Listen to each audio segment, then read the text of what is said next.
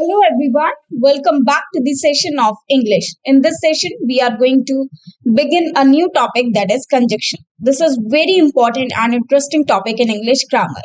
In this session, we are going to introduce conjunctions. After that, we'll see some types of clauses, phrases, and other parts of the sentence. Okay, and after that, we'll discuss some conjunctional phrases, prepositional phrases, and many types of phrases in this session. And after that, we'll discuss some type of conjunction, some types of conjunctions, as well as concepts of conjunction. So let's begin this session. First, we will introduce conjunction, or we'll see the introduction of conjunction. Now, what is conjunction? Suppose you have two or more words, or you have two or more sentences, or you have two or more anything, and you want to connect them with each other. You need a conjunction to join two sentences or two words or two phrases together. So, conjunction is a part of a speech that connects. So, the most important work of conjunction is to connect words, phrases, clauses, and sentences together to convey meaning and establish relationships between various elements. It means if we have two phrases, two words, two sentences, or maybe more than that, or two clauses, or two or more clauses, and we want to connect both of them or connect all of them together, we need a conjunction to join them together. Okay. For example, if I say you and I, so you and I are connected with the word and. Okay, so this and is the conjunction. Now, as you can see, this word that this word has another word, that is junction, in this, and junction is actually, in real life, if you know about the meaning of junction, that is actually we call a railway station a junction, which joins two stations together or two cities together.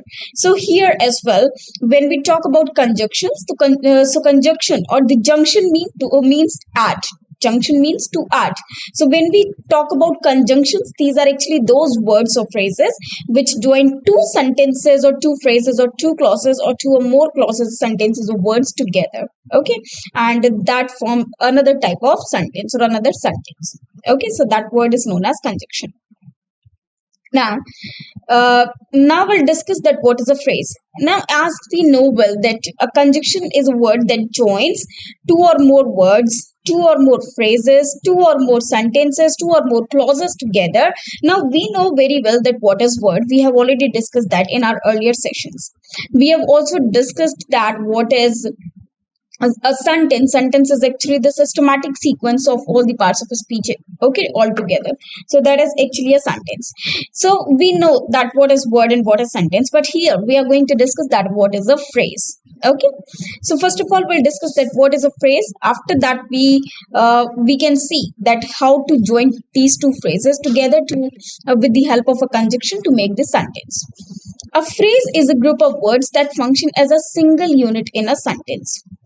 Unlike a clause, a phrase does not have a subject and a predicate. Now, if we talk about a phrase is actually some group of words, but it does not mean that subject plus verb is necessary in that. Okay, it is just a group of words. For example, if I say a beautiful girl, okay, if I say a beautiful girl, this is an example. Okay, a beautiful girl. So here you can see that girl is noun, beautiful is adjective, and is article. Okay, so these are some group of words, or these are some words written over here, but this is not making any sense because this is not the complete sentence. This is not the clause. Why not the clause? Because here we only have the subject but not the verb, or maybe possible this is the object, not the subject. Okay, so this is just written a beautiful girl.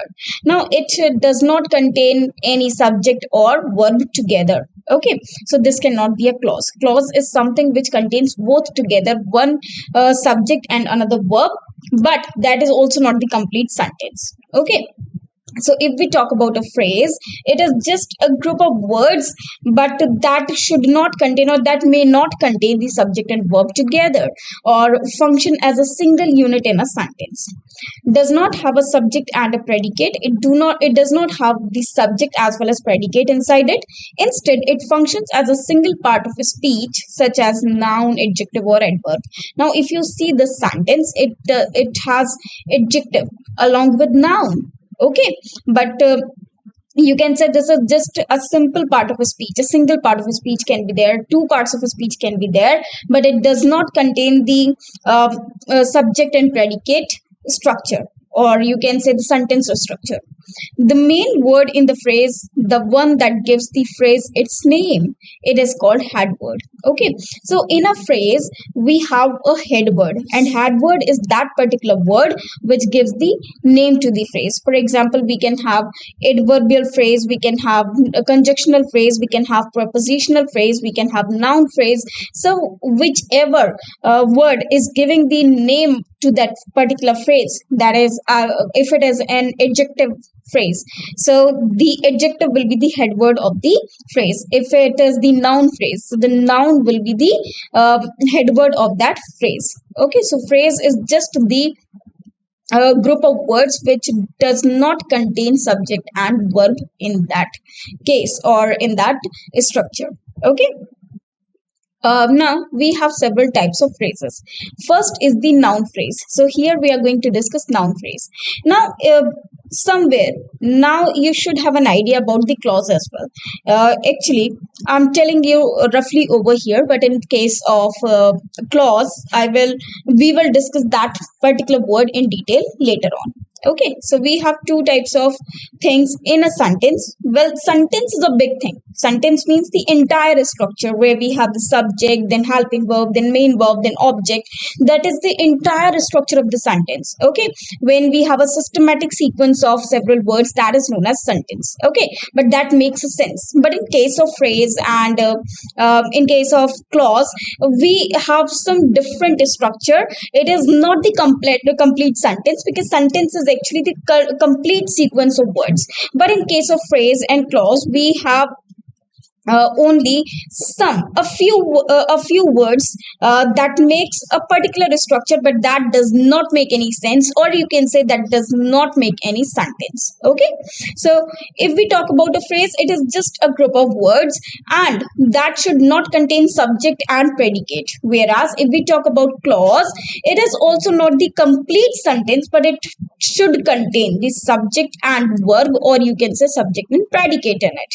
For example, if I say if I go, if I go.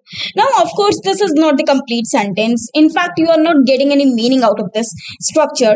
But if you see this structure very carefully, this particular clause, it contains one is the subject and another is the verb. Okay, so here we have the complete structure, like first we have the subject and after that we have verb. But in case of phrase, we can only have the sequence of some words, we can only have a group of words, but that does not make any sense, that does not contain subject and predicate. For example, if I say it is just a group of words. Okay, so you can say just group of words. Okay, group of several words, group of words. Now if I say long speech.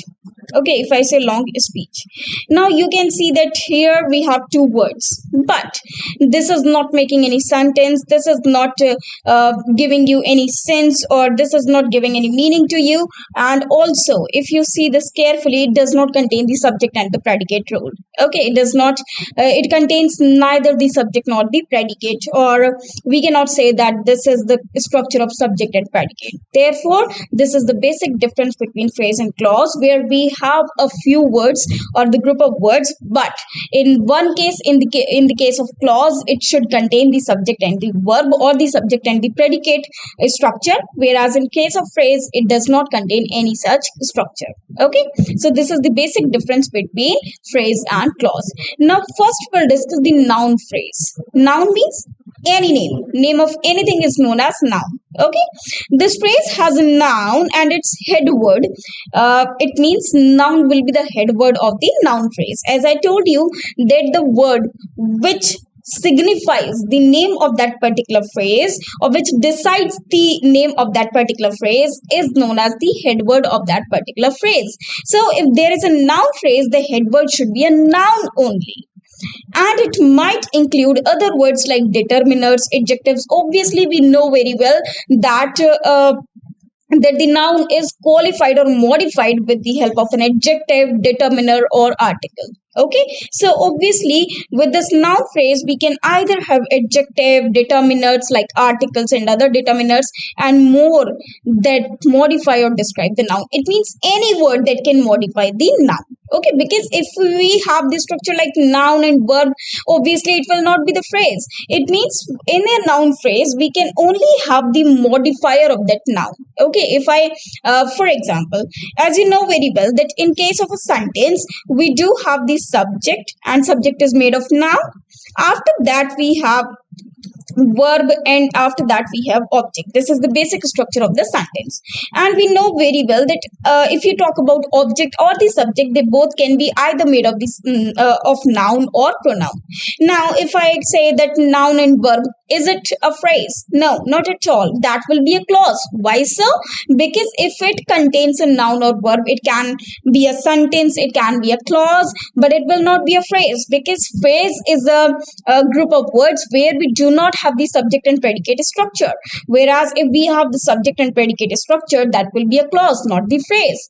That is why I'm saying over here, just to qualify this noun, obviously we need the adjective, or we need article, or determiner. So obviously that will create a phrase, that is noun phrase, before which we have some adjective or any word that can qualify it, or you can say that can describe its quality, or about anything about noun. Okay, now if we have some structure like subject plus verb, obviously it will not remain the phrase, it will be the clause then. Okay, therefore here before noun we can only have those words, and we can also have such this situation that verb plus noun. Okay, because we know well that object is made of noun, so we can have this structure though, but we cannot have the noun plus verb structure. That will make the subject and the predicate part. Okay, now we will discuss it with some examples.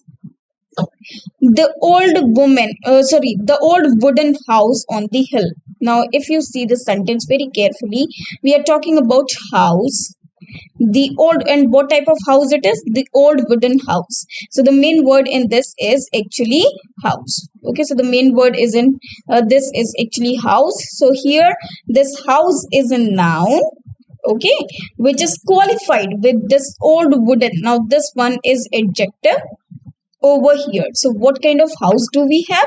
The old wooden house on the hill, and on the hill is the adverb.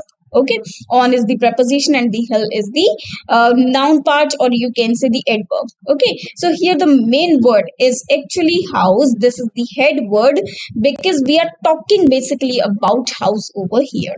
Okay, now let us move to the next type of phrase. Now here we have verb phrase. So obviously if it is verb phrase, then our head verb should be a verb only.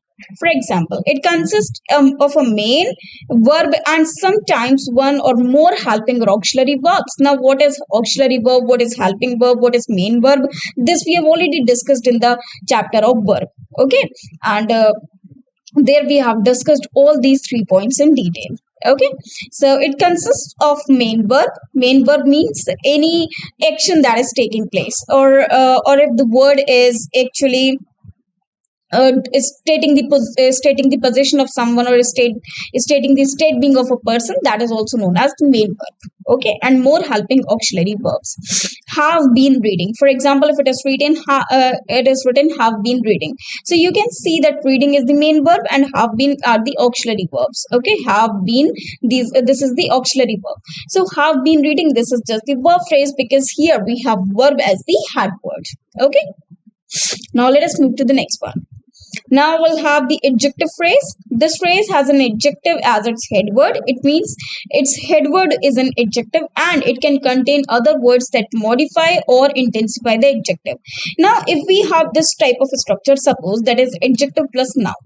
Obviously here we have the noun which is qualified with an adjective, or qualified by an adjective, okay, or modified by an adjective. Then it will create a noun phrase. but we need to write adjective phrase, and we know well that there is a verb, that is adverb or article that qualifies adjective. So if we have this type of a structure, then it is known as adjective phrase, where we do not have noun but we have some other word to qualify this adjective, that is known as adjective phrase. For example, very happy. Now, of course, if we are writing that very happy, obviously happy is an adjective which is qualified or modified with the word very, and very is an adverb. So this happy is an adjective. Okay. Now, keep one thing in mind. Whatever phrase you are talking about, that should be the head word of the phrase. Okay, it means it should not qualify another part of a speech. It should be qualified by another part of a speech. Okay, if we have adjective plus noun, that will be a noun phrase, but if we have adverb plus adjective, that will be an adjective phrase. So this is the basic difference between the two types of phrases. Okay, it means whatever the head word is there, it should decide the name of the phrase. Okay. Now, adverbial phrase. So now we'll talk about adverbial phrase. Now we know very well that adverb is a part of a speech which can be qualified or modified with the help of an adverb only. It means only an adverb can qualify the adverb. Okay. We know very well that noun and pronoun, these two parts of a speech, can be qualified by an adjective. Adjective is a word which which can be modified by an adverb. Verb is a word which can be qualified by an adverb. Okay, but if we talk about adverb is a word which is qualified by an adverb only. No other part of a speech can qualify it.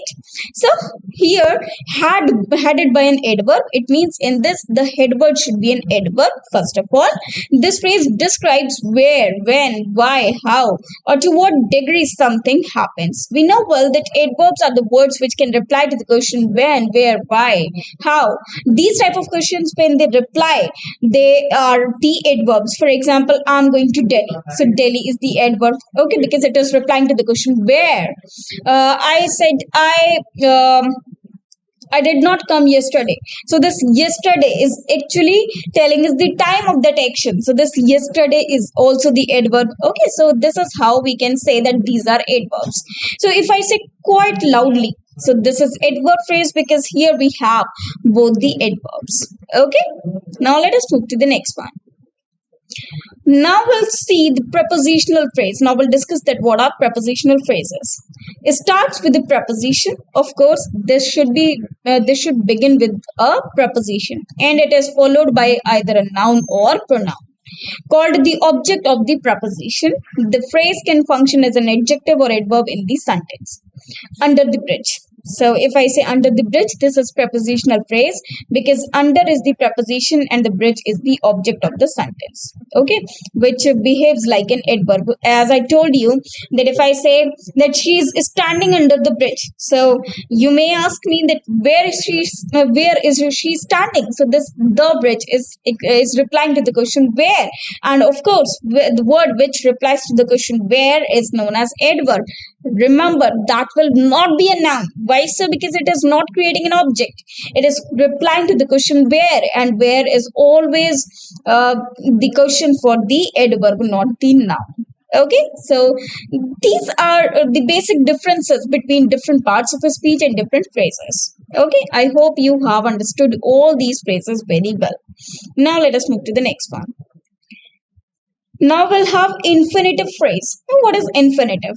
Of course, if you remember about non-finite verbs, there I told you about infinitive in which we have to plus verb first form. So begins with an infinitive. So whenever a sentence or whenever a phrase begins with an infinitive, it means to plus verb first form. To plus verb first form. Okay, this should be first form and functions as a noun, adjective or adverb. Okay, it can have objects and modifiers. To read a good book. Okay, so to read is an infinitive. Okay, for example, you must have heard a proverb that is to err is human, to forgive divine. Okay, to forgive is divine. So that to err or to forgive, these are actually the infinitive phrases. Okay, now let us move to the next one. Gerund phrase. We know well that what is gerund? Whenever we add ing to a verb and it converts into a noun, it is known as a gerund. Now, what is gerund phrase? Of course, begins with a gerund, that is verb plus ing, and functions as a noun. Like the infinitive phrase, it can also have objects and modifiers. For example, reading a book, or if you say that is swimming is good for health. Okay, or if I say swimming uh, swimming carelessly. Okay, swimming carelessly, this will be the uh, gerund phrase. Okay, where we have one word that is gerund and another word which is modifying it. Okay, so swimming carelessly, burning harshly, so these type of phrases are known as um, gerund phrase, or is known as gerund phrase. Okay, now let us move to the next one. Now we have another one, that is participle phrase. It starts with the present or past participle. It functions as an adjective and describes a noun or pronoun. Example, covered in chocolate. Functions of phrases and sentences. Phrases can function in various roles within a sentence. As subjects or objects, as prepositional complements, as adjectives or adverbs describing other words. Okay. For example, in the sentence, she has a cat with fluffy fur. The phrase with fluffy fur describes the cat. Okay. Now, clause is a group of words that contains at least a subject and a predicate. Now, what is actually a clause? Clause means these are also clauses are also the group of words, but that should contain at least a subject and a predicate. Now, this is the basic difference between phrase and clause, that a phrase is also the group of words and clause is also the group of words. But the basic difference is that the phrase, it does not contain subject and predicate structure, but in case of clause, it should have at least one subject and a predicate, or you can say subject plus verb structure. Clauses can convey complete thoughts. Independent clauses or act as a part of larger sentence, unable to stand alone. Dependent or subordinate clauses. Independent clause, that is the main clause. This clause can stand alone as a complete sentence because it expresses a complete thought. For example, she dances. So this is the complete clause where we have the subject plus verb structure. Okay, and this can be the main sentence as well. This can behave like a sentence as well, because she dances is the complete sentence also, because this is intransitive verb. Okay, now let me tell you one thing. When she feels happy, she dances. Now, if you see this sentence very carefully, you may find that when does she dances? When she feels happy. If I just write this sentence this much, that when she feels happy, is this the complete sentence? No. But if I say she dances, now just forget this part of the sentence and write she dances. This is the complete sentence. But if I individually write when she feels happy, this will not be the complete sentence. However, if I write this part, this clause, that is she dances individually, that will make the complete sentence, or that sentence can stand alone. It means this is the main clause, whereas this is the subordinate clause, and in this happens when this happens. It means the happening of this action totally depends on the action, depends on the happening of the action which is written in the subordinate clause. And here this when is the subordinate conjunction. Okay, here it is the subordinate conjunction. So when is the subordinate conjunction, and she feels happy is the subordinate clause, and she dances is the main clause. And whichever the main clause is there, it can stand alone as the complete sentence. And also, if we write it in a sentence, it should depend on the subordinate clause, or this section should depend on on the action written in the subordinate clause. Okay. Now, we'll talk about dependent clause, that is subordinate clause. This clause cannot stand alone as a complete sentence. It needs to be connected to be an independent clause. Although she dances, this clause leaves the reader with question like, what happens when she dances? Certainly, here are some examples of both coordinate clause and subordinate clauses. Coordinate clauses. A coordinate clause is an independent clause that can stand alone as the complete sentence. It can also be connected to another independent clause using coordinating conjunctions. Now, if we talk about this, she dances, this is the coordinate clause and this is the subordinate clause. However, we can join two coordinate clauses together with the help of a coordinating conjunction. For example, if I say she sings and dances, and she dances, and both the sentences, if I add together, I can say she sings and dances. Okay, so here when both the sentences are joined together, both the clauses are joined together, they can make the complete sentence, and that conjunction will be the coordinating conjunction, which is joining two complete sentences together. Okay, now she loves to read books and he enjoys playing video games. In this example, both she loves to read books and he enjoys playing video games are independent clauses connected by the coordinating conjunction and. Okay, it means and connects two such sentences or two such clauses which are complete in themselves, which are of equal rank, and when we join such two sentences together in which neither of the sentence depends on another, that conjunction is known as coordinating conjunction. However, if we talk about subordinating conjunction, in that the conjunction which is used, it should create a condition from which you can say that another clause, that is the main clause, should depend on the subordinate clause. Okay, whereas in case of coordinating conjunction, neither of the clause depends on each other. Okay, I wanted to go to park, but it started raining. So, but is a coordinating conjunction over here.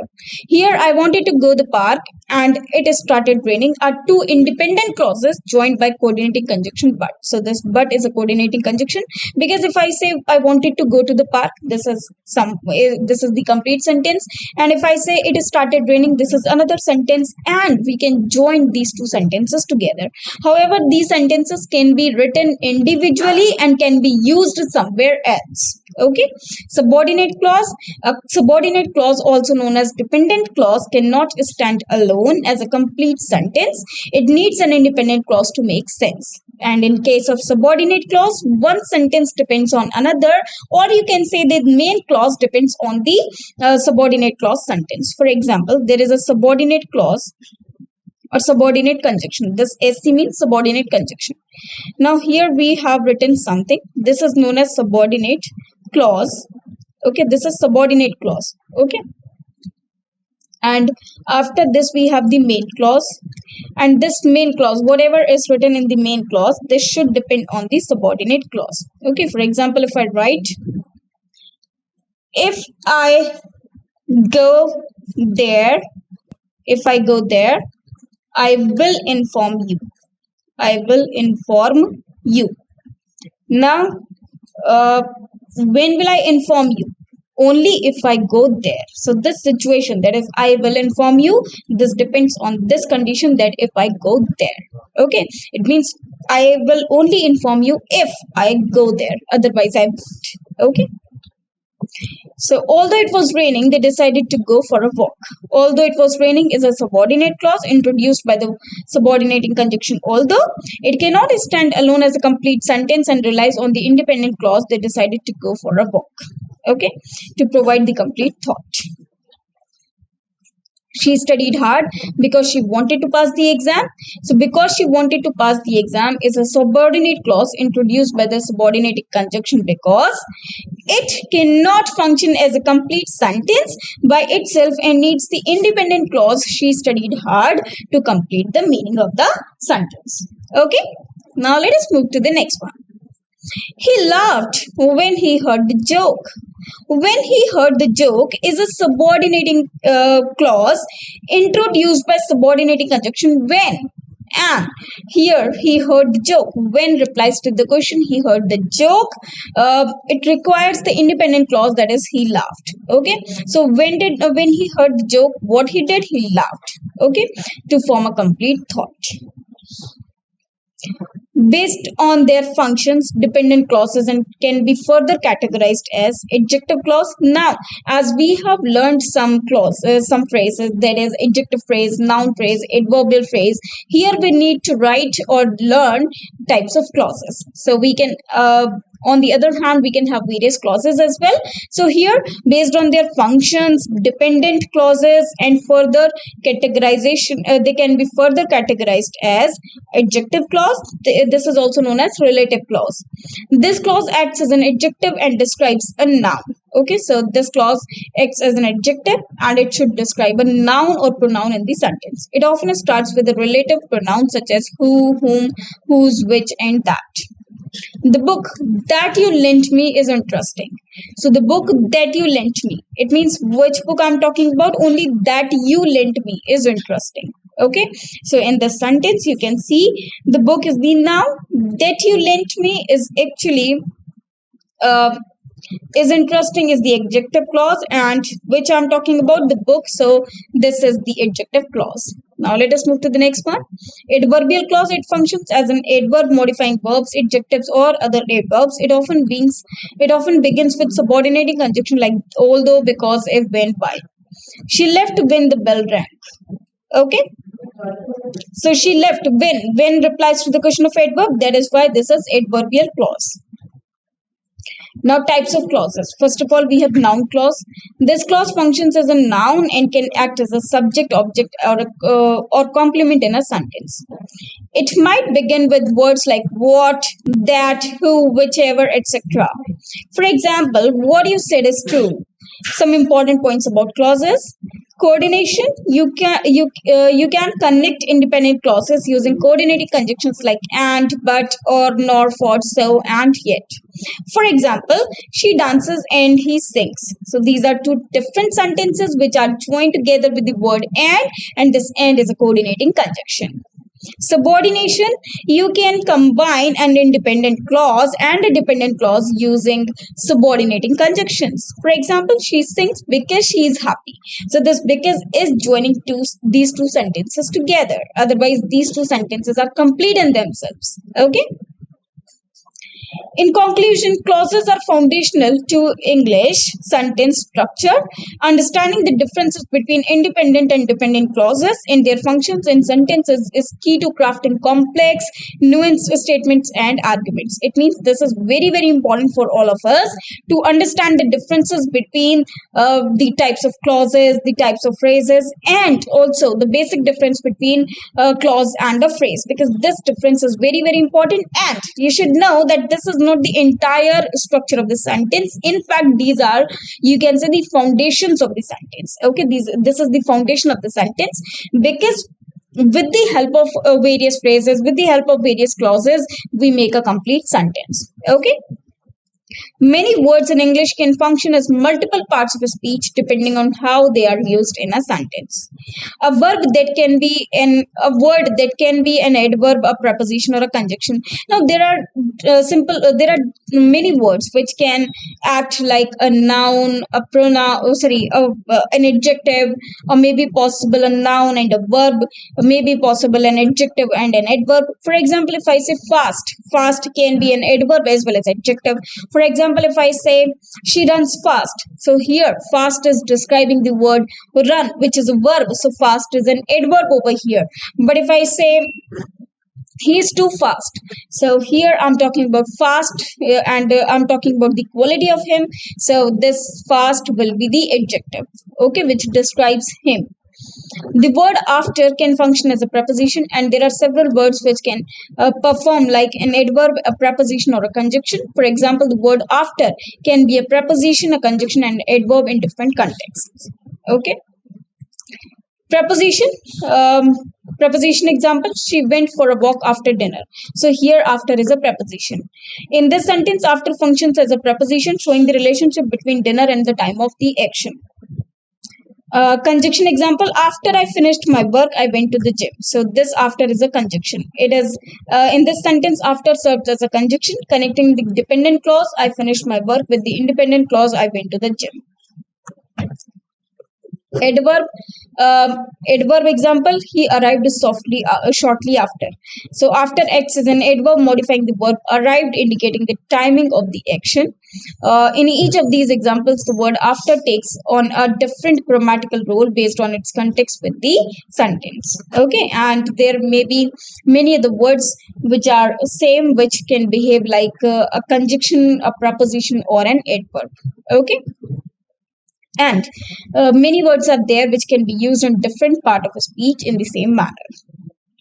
Now let us move to the next one. Now we'll discuss that what are coordinating conjunctions.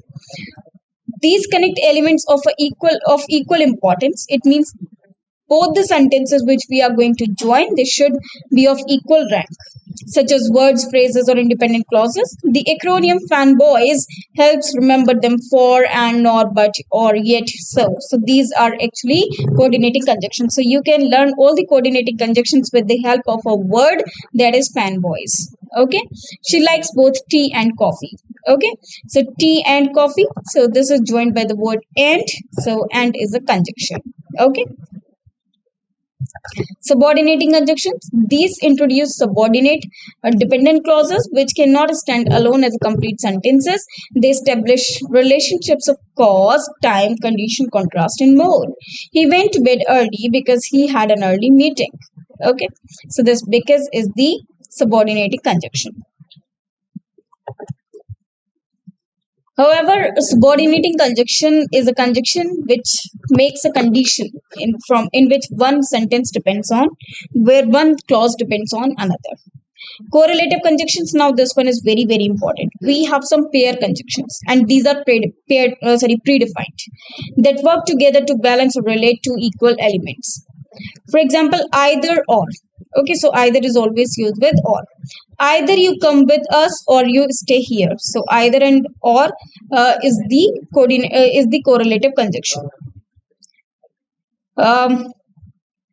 Conjunctive adverbs. These connect clauses or sentences and provide information about relationships, transitions, or contrasts. They often appear with a semicolon or comma. She likes reading. However, she prefers fiction. So this is actually a type of connector as well. Coordinating conjunctions for compound sentences.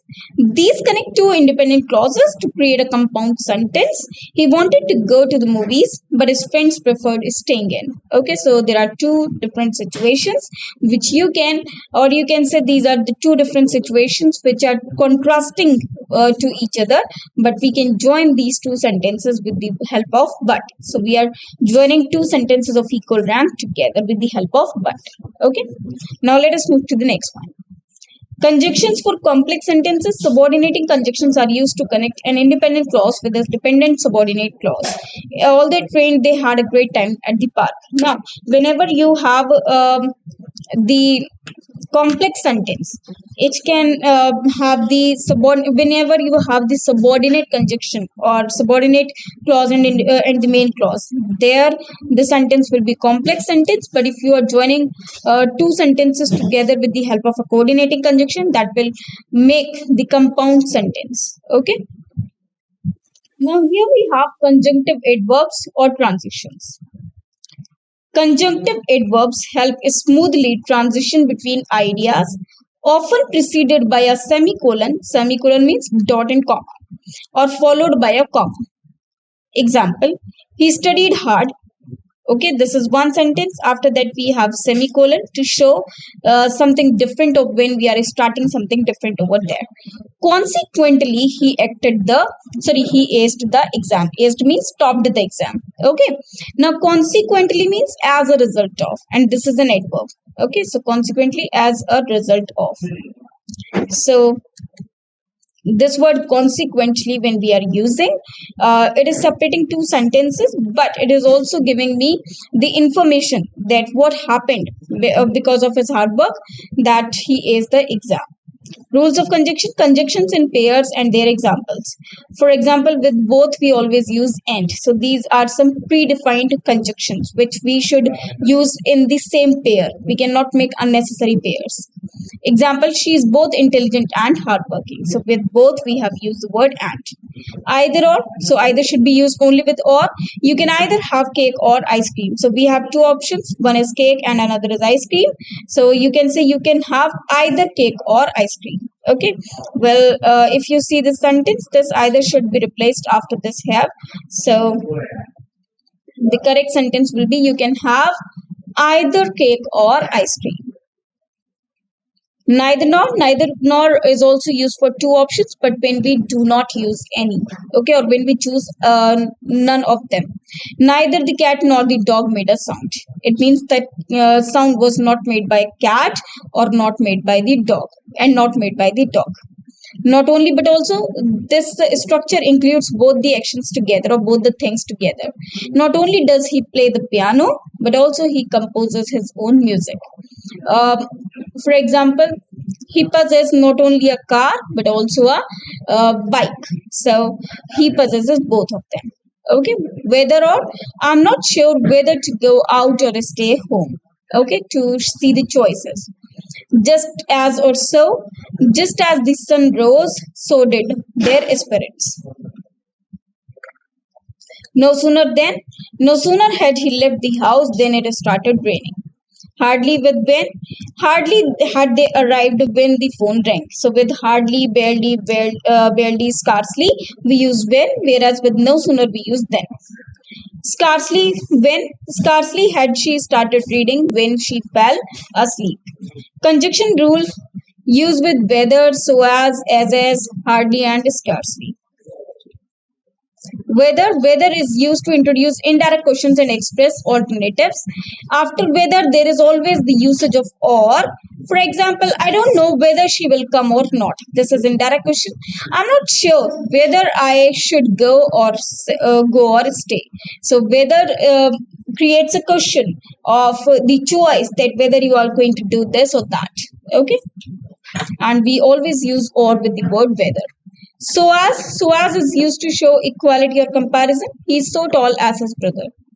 Now, actually, this sentence is incorrect because we cannot use the so as a structure in positive sentence. Okay, we cannot use so as a structure in positive sentence. It should be used in negative sentence only. Okay, so if I write so as, uh, this sentence is incorrect. We can write he is as tall as his brother. Okay, so this will be the correct sentence. Why so? Because so and as can be used in negative sentences only. For example, I can say he is not so fat as his brother. Okay, so we can only have the negative structure with so and as, but we cannot have positive structure with so and as. She runs so fast as cheetah. So here so should be removed, replaced with as. So the correct sentence will be she runs as fast as a cheetah. This will be the correct comparison. Now let us move to the next slide. Just keep one thing in mind, that so as a structure can be used only in the negative sentences, whereas as and as a structure can be used in positive as well as negative sentences. Okay. Now let us move to the next one. Here we have as and as a structure. As I told you, as and as a structure can be used in both the cases, positive as well as negative. As and as is used to show equality or comparison, similar to so and as. She is as smart as her classmates. I can also say that she is not as smart as her classmates. The car is as expensive as that one. This is correct sentence. These two sentences are absolutely correct. Whereas in so and as a structure, we should keep this in mind, that in case of so and as can a structure can be used only in the negative sentence, not in positive sentence at all. Okay. Now let us move to the next one. Hardly, whenever we use the word hardly, is often used with when. Hardly is always used, or it is always paired with the word when. Otherwise, it can be used you can say that it can be used alone as well. But if we are making any pair, it can be paired only with the word when. Okay, to emphasize that one event happened immediately after another. Okay, hardly had I finished my meal when the phone rang. Okay, it means my meal was not finished till that time when the phone rang. Okay, scarcely, like hardly, scarcely is used with when to emphasize immediate sequential events. With the word hardly, scarcely, and barely, we always use the word when. Scarcely had he arrived home when the power went out. Or is used after not, never, and after lest should be used. So you can say with lest we can only use the word should. Lest means otherwise. Okay, otherwise it does not happen. So lest means lest is a negative word also. The conjunction or has a specific usage rules when combined with other words such as not, never, lest, and should. Let's break down these rules. Or after not or never, when not or never is used in a sentence and a choice is presented, the conjunction or is used after not or never. She will not eat meat or fish. She will never been to, sorry, I have never been to London or Paris. Or after lest, should. When lest is used in a sentence to express fear or avoid a negative outcome, should is often used before or. Study lest you should fail. Study hard lest you should fail. Walk carefully lest you should slip. That or as is used after the same and as is used after such. So we can use such as, or we can use such that. Okay, such as shows the example. Okay, and such that shows the impact. This is the basic difference between such as and such that. Such that shows the impact. Okay, that or as after the same. After the phrase the same, you can use either that or as to introduce clause that provides additional information. Example, with that he bought the same book that I read last week. She painted the walls the same color as her bedroom. Okay. Now let us move to the next slide. Here we'll discuss as after such or that after such. Okay, or that after such. Now, as I told you that after such either we can have as or that, but such as can be used to show the examples, whereas such that shows the impact or the intensity of the impact. Rule: after the word such, you typically use as to introduce a clause that describes the nature or example. He had such a voice as I was looking for. It means his voice is just like that voice which I was looking for. Okay, so his voice shows me the example which I was looking for. After the word such, you typically use that to show the impact or the intensity of the impact. He had such a strong voice that everyone could hear him. Okay, it means his voice was such a loud voice that everyone could hear him. Okay, now if I say it is not such a good book as I expected, it means it is not that good book which I was expecting. But if I say uh, he looked at her in such an anger that she began to cry, so his looking made her cry, so it shows the impact of her looking. Okay, so this is how we use such as or such that. Now we'll discuss the word until. Until is a negative word. First of all, usage until is used to indicate the point in time up to which an action or condition continues. It implies that the action will continue until the specified time and will stop afterward. Okay, it means until whichever is there, so the action just to stop before that and it will not continue after that. She worked diligently until the project was complete. It means till the project was completed, she worked diligently or carefully or hard work. She waited at the bus stop until the rain stopped. Until is used with a future point in time. The action or condition continues up to a specified time and stops afterward. It is often used with past or present perfect verb forms when referring to actions in progress up to a certain point. Unless, now what is the difference between until and unless? Until is used with time bound situation, whereas unless is the situation bounded, not time bounded. Usage unless introduces a condition that, if not met, will result in a negative consequence. It indicates that something will happen only if the specified condition is not fulfilled. I won't go to the party unless I finish my work. She won't buy the dress unless it is on sale. Unless introduces a condition that must be fulfilled to avoid a negative consequence. The negative consequence occurs if the specified condition is not met. It is often used to express conditions for decisions or actions. The conjunction and is never used before the relative pronoun. The conjunction and is never used before the relative pronoun who, which, or that in the same clause. Instead, the relative pronoun directly connects the clause to the main sentence. Incorrect. I met her and who helped helped me with my project. The sentence is incorrect, and the correct one will be I met her, comma, who helped me with my project. Now here we do not need this end. Okay, so this is all about conjunction that we have read till now, and we have read conjunctions in detail. In fact, we have to learn some more conjunctions that we will discuss in the next part. Okay, so that's all for today. Thanks to you. If you want to learn more concepts, be connected with me. Till then, thanks to you.